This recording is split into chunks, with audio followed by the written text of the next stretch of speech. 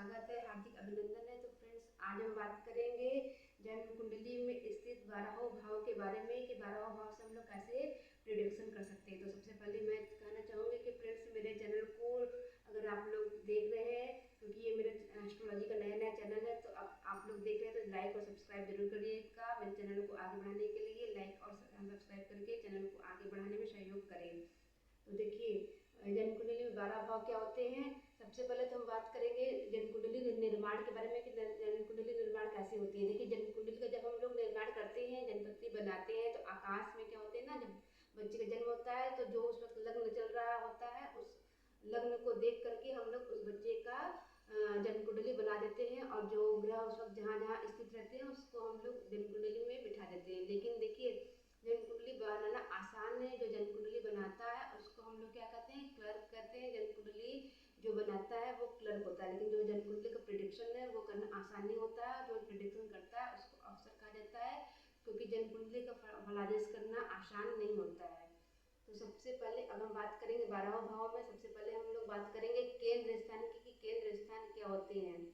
केंद्र स्थान, देखिए जन्म कुंडली में केंद्र स्थान को हम लोग कहेंगे कि पहला, चौथा, सातवां और 10वां, ये जो केंद्र स्थान है, ये पहला, चौथा, सातवां स्थान और 10वां स्थान को केंद्र स्थान कहते हैं। और जन्म कुंडली प्रिडिक्शन के लिए केंद्र स्थान का बहुत ही महत्वपूर्ण रोल होता है। जो जन्म कुंडली में जितने भी पंच महापुरुष योग होते हैं वो केंद्र स्थान से ही बनते हैं। जब यदि 5 ग्रह जैसे कि शुक्र है, शनि है, बुध है, गुरु है, ये सब जन्म कुंडली में केंद्र स्थान में शुभ भाव में स्थित होंगे तो पंच महापुरुष नामक योग का निर्माण करेंगे। जैसे कि शुक्र मीन राशि में रहे, केंद्र में स्थित रहे तो मालव्य नामक राजयोग का निर्माण होता है।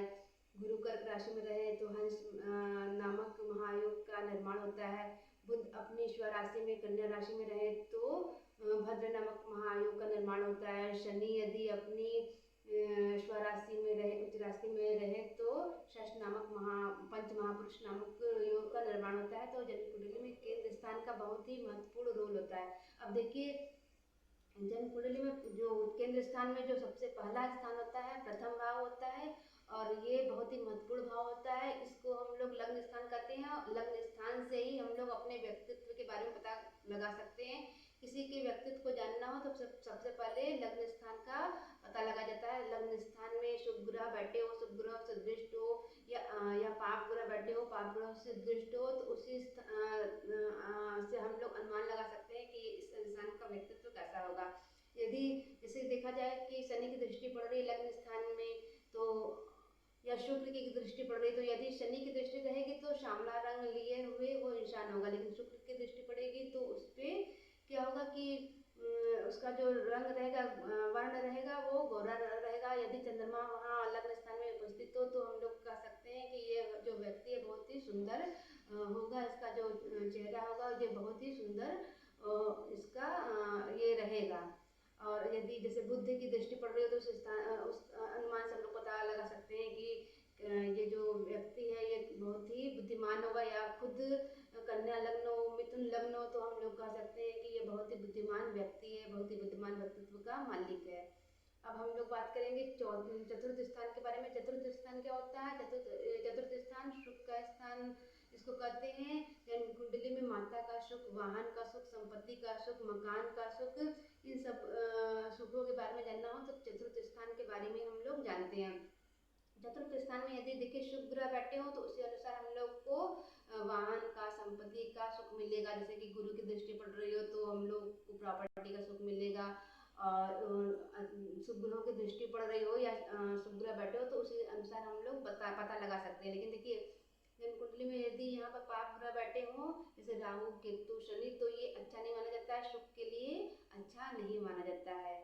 अब हम बात करेंगे 7वें स्थान के बारे में। 7वां स्थान क्या होता है, वैवाहिक जीवन का होता है, व्यापारिक साझेदारी का भाव होता है। तो इस स्थान पे यदि देखिए शुभ ग्रह बैठे हो, शुभ ग्रह से दृष्ट हो तो बहुत ही अच्छा होता है, वैवाहिक जीवन के लिए बहुत ही अच्छा रिजल्ट देगा।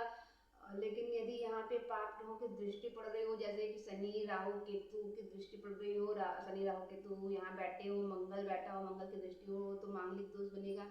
ये हमारे जो वैवाहिक जीवन के लिए अच्छा नहीं होता है। सूर्य बैठा हो, केतु बैठा हो तो तलाक के भी चांस बन सकते हैं। तो इस तरह से हम लोग सातवें स्थान की गणना कर सकते हैं। सातवां स्थान का भी बहुत ही महत्वपूर्ण रोल होता है। ये आयु का क्षय करता है सातवां स्थान, तो इसको मार्केस भी कहा जाता है। अब हम बात करेंगे 10वें स्थान की। देखिए 10वां स्थान क्या होता है, कर्म भाव होता है।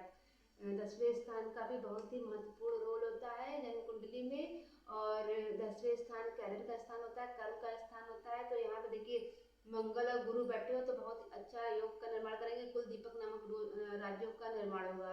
अगर 10वें स्थान में मंगल बैठे हो, गुरु बैठे हो तो बहुत ही अच्छा योग माना जाएगा। तो जिस तरह से यहाँ पे शुभ ग्रह की दृष्टि पड़ रही हो, शुभ ग्रह हो, तो उस अनुसार हम लोग प्रिडिक्शन कर सकते हैं।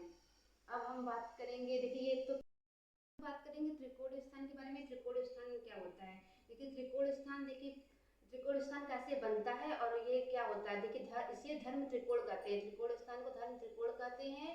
और ये त्रिकोण स्थान कैसे, ये ना जन्म कुंडली में क्या होता है ना कि एक त्रिकोण का निर्माण करता है। तो लग्न भाव यानी पहला स्थान, पांचवा स्थान और नवा स्थान से हम लोग त्रिकोण की गणना करते हैं। और जन्म कुंडली में जो पहला स्थान होता है ये लग्न स्थान, और इसको केंद्र स्थान भी कहते हैं और इसको त्रिकोण स्थान भी कहते हैं। ये पहला स्थान केंद्र त्रिकोण दोनों ही माना जाता है। और यहाँ पर शुभ ग्रह हो, शुभ ग्रह से दृष्ट हो तो उस स्थान उस तरह से हम लोग जन्म कुंडली का प्रेडिक्शन कर सकते हैं। पांचवा स्थान क्या होता है, ये पंचम स्थान लक्ष्मी स्थान होता है। इससे हम लोग संतान का और विद्या का और प्रेम विवाह का, प्रेम संबंध का हम लोग पांचवें स्थान से गणना कर सकते हैं। और ये बहुत ही शुभ स्थान माना जाता है।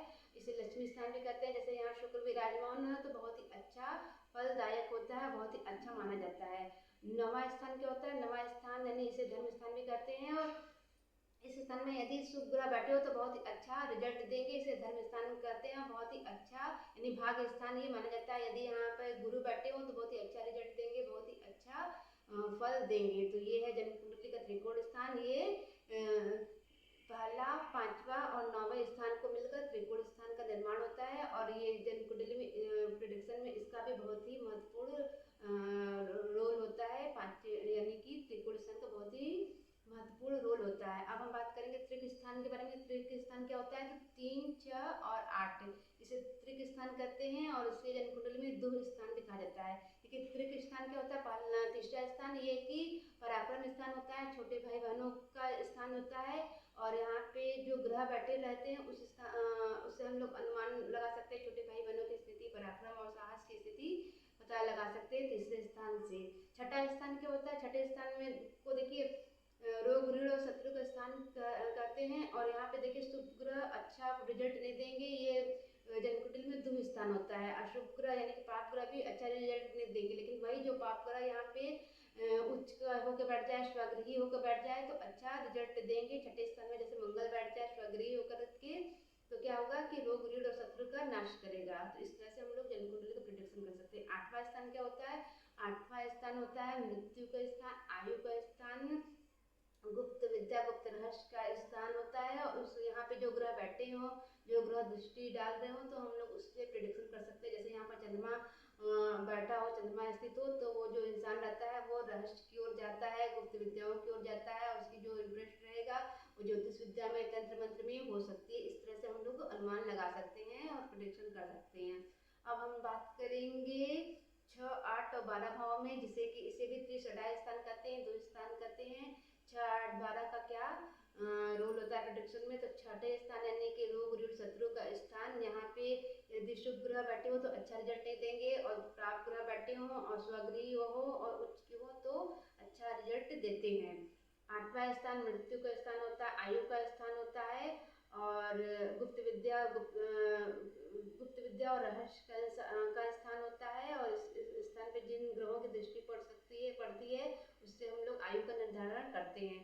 12वां स्थान क्या होता है, 6, 8, 12 यानी 12वां भाव मोक्ष का भाव होता है, व्यय स्थान होता है। और अब जो हम लोग खर्चे करते हैं उसका स्थान होता है, अलगाव का स्थान होता है। और 12वें भाव को देख करके हम लोग प्रिडिक्शन कर सकते हैं। ये व्यय स्थान होता है। इससे हम लोग जन्म कुंडली में जेल जाने का योग है कि नहीं, इससे भी हम लोग पता लगा सकते हैं। तो ये होता है मोक्ष स्थान, इसको भी देख करके हम लोग जन्म कुंडली का प्रेडिक्शन कर सकते हैं। तो तो फ्रेंड्स ये रहे जन्म कुंडली में केंद्र, त्रिकोण, त्रिभाव, त्रिषडाय भाव के बारे में विस्तृत से जो मैंने जानकारी दी है। तो इस अनुसार यदि आप लोग अच्छे से अध्ययन कर लें तो जन्म कुंडली प्रेडिक्शन में बहुत ही आसानी होती है। तो फ्रेंड्स आज का जो मेरा ज्योतिष का कार्यक्रम था आप लोग को पसंद आया तो प्लीज़ चैनल को लाइक और सब्सक्राइब जरूर करिए और चैनल को आगे बढ़ाने में ज़रूर मदद करिए। तो आप लोग को ये जो मेरा कार्यक्रम है पसंद आया तो प्लीज़ लाइक और सब्सक्राइब जरूर कर दीजिएगा और चैनल को शेयर भी जरूर कर दीजिएगा। तो यदि आप लोग चैनल को बढ़ाते हैं, आगे बढ़ाते हैं, तो मैं और नए नए विषयों को लेकर के चैनल पर प्रस्तुत करूँगी, कार्यक्रम प्रस्तुत करूँगी। धन्यवाद आप सभी को।